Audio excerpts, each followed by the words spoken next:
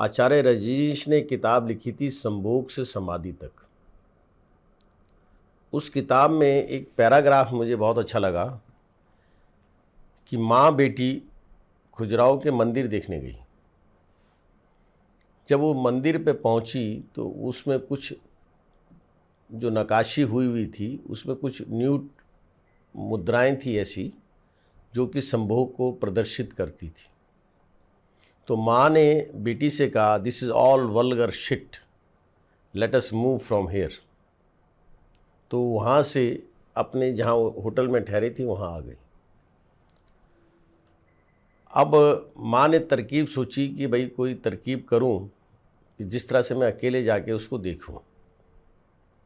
तो माँ ने अगले दिन बेटी से बहाना किया कि बेटे मेरी तो तबीयत ख़राब है, मैं तो आज होटल में आराम करूँगी, तुम्हें जहाँ आज घूमना है वहाँ जाओ।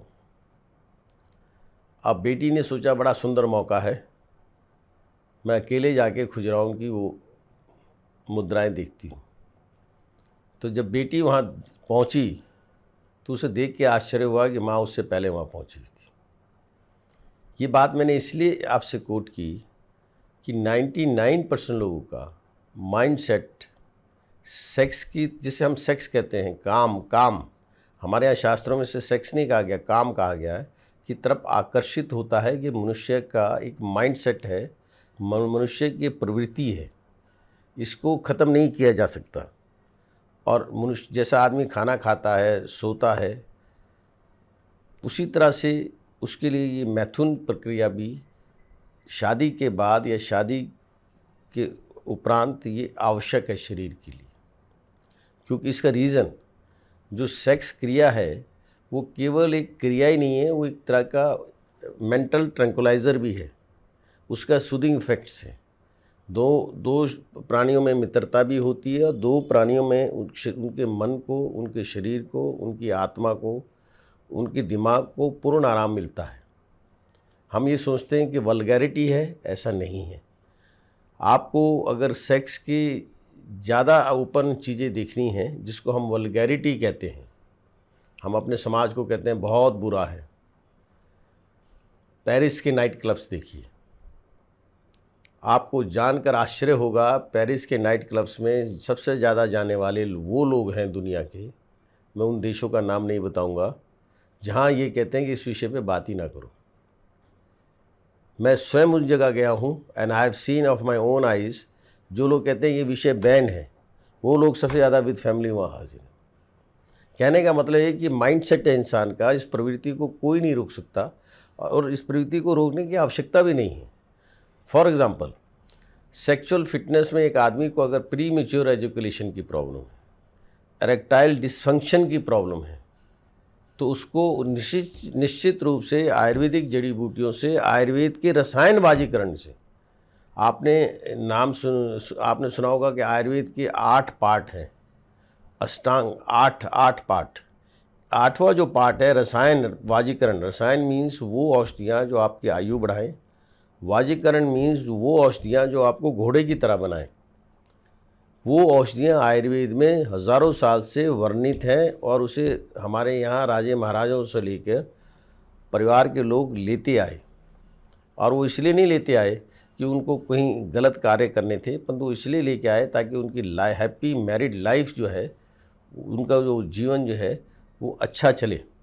उसका एक शाब्दिक एक शब्द से मैं आपको एक्सप्लेन करता हूँ, समभोग। बड़ा कॉमन शब्द है। हम बात एक्चुअली इंडिया में दिक्कत क्या है, हमारे यहाँ सेक्स एजुकेशन नहीं है। अगर सेक्स एजुकेशन होगी तो हम लोग जिन विषयों को छुपाते हैं उन विषयों को हम छुपाएंगे नहीं, उसको हम डिस्कस करेंगे। और वो विषय कुछ भी नहीं है, नॉन इश्यूज़ हैं, नॉन इश्यूज़ को हम बड़ा इशू बना लेते हैं, जबकि सही मायने में वो इश्यूज़ नहीं होते। समभोग माने, सम माने बराबर, भोग माने आनंद। जिस एक्ट में दोनों को, पति पत्नी को पूरा आनंद मिले, उसको संभोग कहते हैं। अब उसमें अगर एक हस्बैंड पहले डिस्चार्ज होता है तो उसको प्रीमेच्योर एजुकेशन कहते हैं। अगर उसको कम जोश आता है तो उसको एरेक्टाइल डिसफंक्शन कहते हैं। इसके साथ साथ अगर बच्चे नहीं हो रहे, सीमेन एनालिसिस उसने कराया, उसका टोटल काउंट कम है, उसकी मोर्टेलिटी कम है। टोटल काउंट कहते हैं संख्या को। यहाँ मैं एक चीज़ और क्लियर कर दूँ, ये जो संख्या है टोटल काउंट की वो मिलियन में आती है। 60 से 120 मिलियन जो है नॉर्मल होते हैं। और मैं अपने व्यूअर्स को ये भी बताना चाहूँगा, 1 मिलियन में 10 लाख स्पर्म होते हैं। अगर किसी के 20, 25, 30 मिलियन स्पर्म हैं, निश्चित रूप से कम है, परंतु वो घबराए नहीं। आयुर्वेद की रसायन वाजीकरण औषधियों से उसको निश्चित बढ़ाया जा सकता है। इसके साथ साथ आती है मोटेलिटी। मोटेलिटी कहते हैं total power of the sperm. वो जो स्पर्म है हमारी, उसकी कितनी पावर है, वो थोड़ा सा हमारी लाइफस्टाइल और थोड़ा हमारी मेडिसिन पे डिपेंड करता है।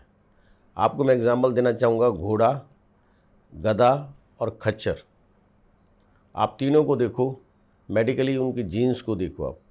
घोड़ा रन करता है, घोड़े की हॉर्स पावर के बेस पे दुनिया की सारी पावरें बनी हैं। खच्चर रन नहीं करती, उसकी आप मूवमेंट देखें। गधा रन नहीं करता, उसका दिमाग और मूवमेंट आप देखें।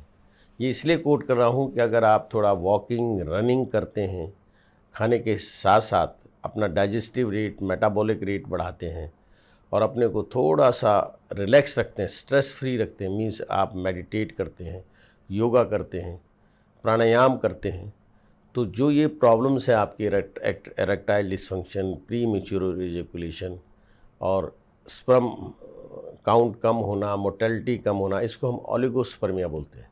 और जो स्पर्म नहीं होते उसको हम एजोस्पर्मिया बोलते हैं। और इसके साथ साथ इससे रिलेटेड अनेक प्रॉब्लम जो हैं उनको कभी मन में नहीं रखना चाहिए।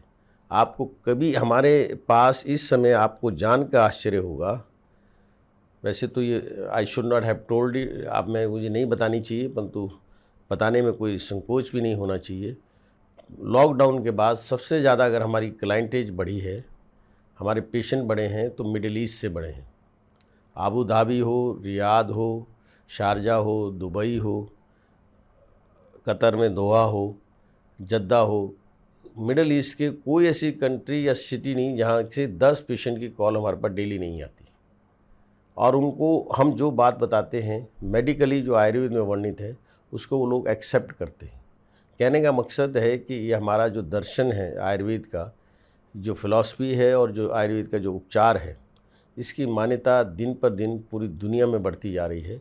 और आपको कभी भी सेक्सुअल एक्ट से संबंधित या यौन समस्या किसी प्रकार की हो, कभी छुपाना नहीं चाहिए। और एक चीज़ यहाँ और क्लियर कर दूँ, पहले मैं कहते हुए संकोच कर रहा था, बहुत से लोगों को दिमाग में साइज़ की बात रहती है और बहुत से नीम हकीम जो उन्हें मिसगाइड करते हैं, तो मैंने बहुत से लोगों को मरते हुए देखा है कि साहब साइज़ छोटा है तो उनके दिमाग में आ गया बढ़ेगा नहीं।